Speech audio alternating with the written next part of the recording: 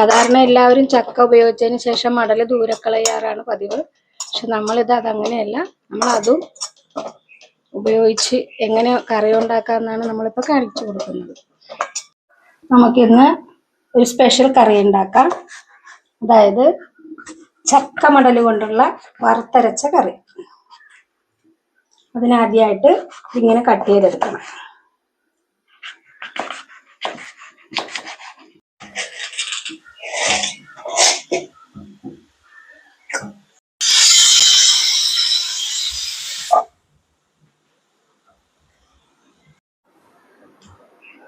ചക്കയുടെ മടൽ,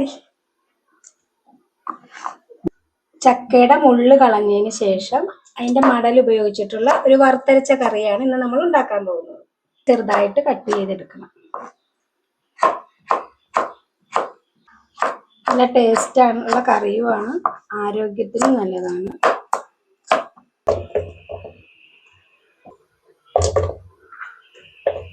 ചക്ക മടലിന്റെ കൂടെ കുറച്ച് ചക്കക്കുരുവും കൂടി കട്ട് ചെയ്ത് ചേർത്താൽ കറിക്ക് നല്ലൊരു കൊഴുപ്പ് കിട്ടും. ചക്കക്കുരു ഒരു 3 കട്ട് ചെയ്ത്, ഇത് നല്ല മൂത്ത കുരുവായതുകൊണ്ട് തന്നെ കറിക്ക് നല്ല കൊഴുപ്പ് കിട്ടും.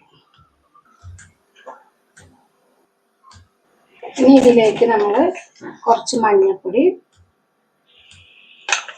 കുറച്ച് മുളക് പൊടി, കുറച്ച് മസാലപ്പൊടി, ഉപ്പ് പാകത്തിന്, ഇതെല്ലാം കൂടി ചേർത്ത് കുറച്ച് വെള്ളം ഒഴിച്ച് എല്ലാം കൂടെ ഒന്ന് തിരുമ്മി യോജിപ്പിച്ചെടുക്കണം. നമ്മൾ ബീഫ് കറിക്ക് തിരുമ്മും പോലെ. ഇതിൽ ഇഞ്ചി വെളുത്തുള്ളി പേസ്റ്റ് വേണ്ടെന്ന് മാത്രം. ഈ കഷ്ണത്തേലൊക്കെ നന്നായിട്ട് മസാല പിടിക്കും. അതിന് വേണ്ടിയിട്ടാണ് നമ്മളിങ്ങനെ തിരുമ്മി വേവിക്കുന്നത്. ഇനി ഇത് നമുക്ക് കുക്കറിലേക്ക് മാറ്റാം.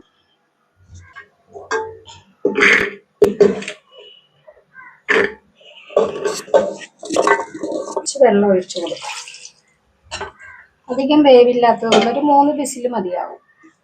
ഇനി ഇതിലേക്ക് നമ്മൾ കുറച്ച് വേപ്പില, ഒരു 3 പച്ചമുളക് എടുത്തിട്ടുണ്ട്, ഇതും കൂടി ചേർത്ത്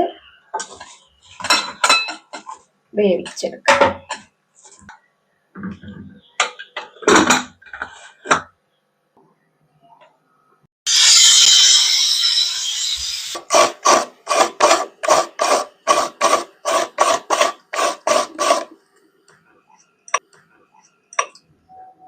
നമുക്ക് ആവശ്യത്തിനുള്ള തേങ്ങയായി. വലിയ തേങ്ങയാണെങ്കിൽ 1 മുറി തേങ്ങ മതി. നമ്മുടെ ചെറുതായത് കൊണ്ടാണ് ഞാൻ 1 മുറി കുറച്ചുകൂടി എടുത്തത്. കുക്കറിൽ അത് വേകാനുള്ള സമയം എടുക്കുമ്പോൾ നമുക്കിവിടെ തേങ്ങ വറുത്തെടുക്കാം. വെറുതെ നമ്മൾ ആദ്യം വറുത്തെടുക്കാം. സാധാരണ എല്ലാവരും ചക്ക ഉപയോഗിച്ചതിന് ശേഷം മടൽ ദൂരെ കളയാറാണ് പതിവ്. പക്ഷെ നമ്മളിത് അതങ്ങനെയല്ല, നമ്മളതും ഉപയോഗിച്ച് എങ്ങനെ കറി ഉണ്ടാക്കാമെന്നാണ് നമ്മളിപ്പോൾ കാണിച്ചു കൊടുക്കുന്നത്. തേങ്ങ പകുതി മൂത്തിട്ടുണ്ട്. ഇനി ഇതിലേക്ക് നമ്മൾ ചേർത്ത് കൊടുക്കാൻ പോകുന്നത് 1 കഷ്ണം വെളുത്തുള്ളി. കാരണം ഇനി ഗ്യാസ് ഉണ്ടാകരുതല്ലോ, ചക്കയല്ലേ, അതുകൊണ്ടാണ്. പാകത്തിന് ആവശ്യത്തിനുള്ള പെരിഞ്ചീരകം, 5-6 കുരുമുളക്, ഇത്രയും ചേർത്ത് കൊടുത്ത് ഇളക്കുക. ഇനി കൈ ഒട്ടും നിർത്താതെ തന്നെ ഇളക്കി കൊടുക്കണം, ഇനി കരിഞ്ഞു പോകാൻ സാധ്യതയുണ്ട്. തേങ്ങ മൂത്തിട്ടുണ്ട്, നല്ല ബ്രൗൺ കളറായി.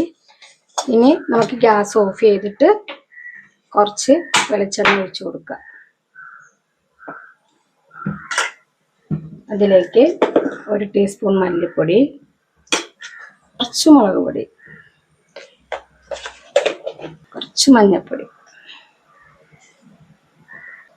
ഇത് എണ്ണ ഒഴിച്ചു കൊടുത്തത് മുളക് പൊടി, മല്ലിപ്പൊടി, മഞ്ഞൾപ്പൊടിയുടെ പച്ചമണം മാറുന്നതിന് വേണ്ടിയിട്ടാണ്. ഇനി ഇതെല്ലാം കൂടി ചേർത്ത് ഇളക്കാം.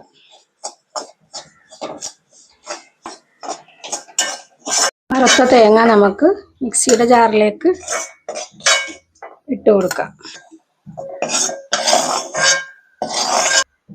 ഇതിലേക്ക് ആവശ്യത്തിന് വെള്ളം ഒഴിച്ച് നമുക്ക് അരച്ചെടുക്കാം. അരച്ചെടുത്തിട്ടുണ്ട്. ഇനി നമുക്ക് നമ്മുടെ കുക്കർ തുറന്ന് അത് എന്തോന്ന് നോക്കാം.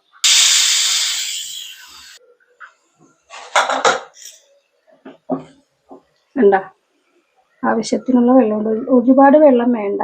ഇതൊരു പെരളനായിട്ടാണ് നമ്മൾ വെക്കുന്നത്. ഇതിലേക്ക് നമുക്ക് അരച്ചു വെച്ചിരിക്കുന്ന അരപ്പ് ചേർത്ത് കൊടുക്കാം.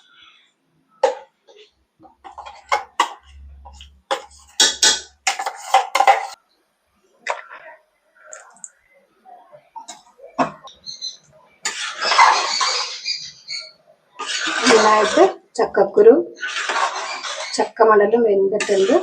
ഇതിലേക്ക് ഇപ്പൊ നമ്മൾ അരപ്പ് ചേർത്ത് കൊടുക്കും. ഇത് നന്നായിട്ട് വെള്ളം ഒരുപാട് വേണ്ട, ചാറ് വേണമെന്നുണ്ടെങ്കിൽ കുറച്ചുകൂടി വെള്ളം ഒഴിക്കാം. നമ്മളിപ്പോൾ ഇതൊരു പെരളനായിട്ടാണ് വെക്കുന്നത്. ഇറച്ചി നമ്മൾ പെരളനായിട്ട് വെക്കൂല, അതുപോലെ തന്നെ. ഇതൊരു 5 മിനിറ്റ് പോലും വേണ്ട, ഒരു 2-3 മിനിറ്റ് മതി. അരപ്പ് ചേർത്ത് തിളക്കാനുള്ള 2-3 മിനിറ്റ് മതി. അത് കഴിയുമ്പോൾ നമുക്ക് ഗ്യാസ് ഓഫ് ചെയ്യാം. വറയിടുന്നതിന് വേണ്ടി ചട്ടി കിടത്തി വയ്ക്കാം. ചട്ടി ചൂടായി അതിലേക്ക് നമുക്ക് കുറച്ച് വെളിച്ചെണ്ണ ഒഴിച്ചു കൊടുക്കാം. എണ്ണ ചൂടായിട്ടുണ്ട്, നമുക്ക് അതിലേക്ക് കടുകിട്ട് കൊടുക്കാം. ഉള്ളി, കറിവേപ്പില പൊട്ടിയിട്ടുണ്ട്, അതിലേക്ക് നമുക്ക് ഉള്ളി ഇട്ട് കൊടുക്കാം.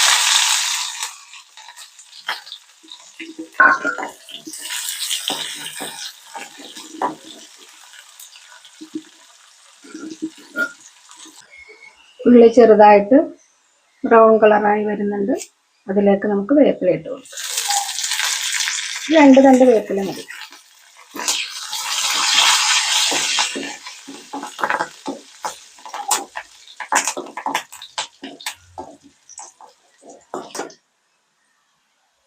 കളർഫുൾ ആവട്ടെ എന്നോർത്ത് അല്പം മുളക് പൊടിയും കൂടി ചേർത്ത് കൊടുക്കുന്നതാണ്.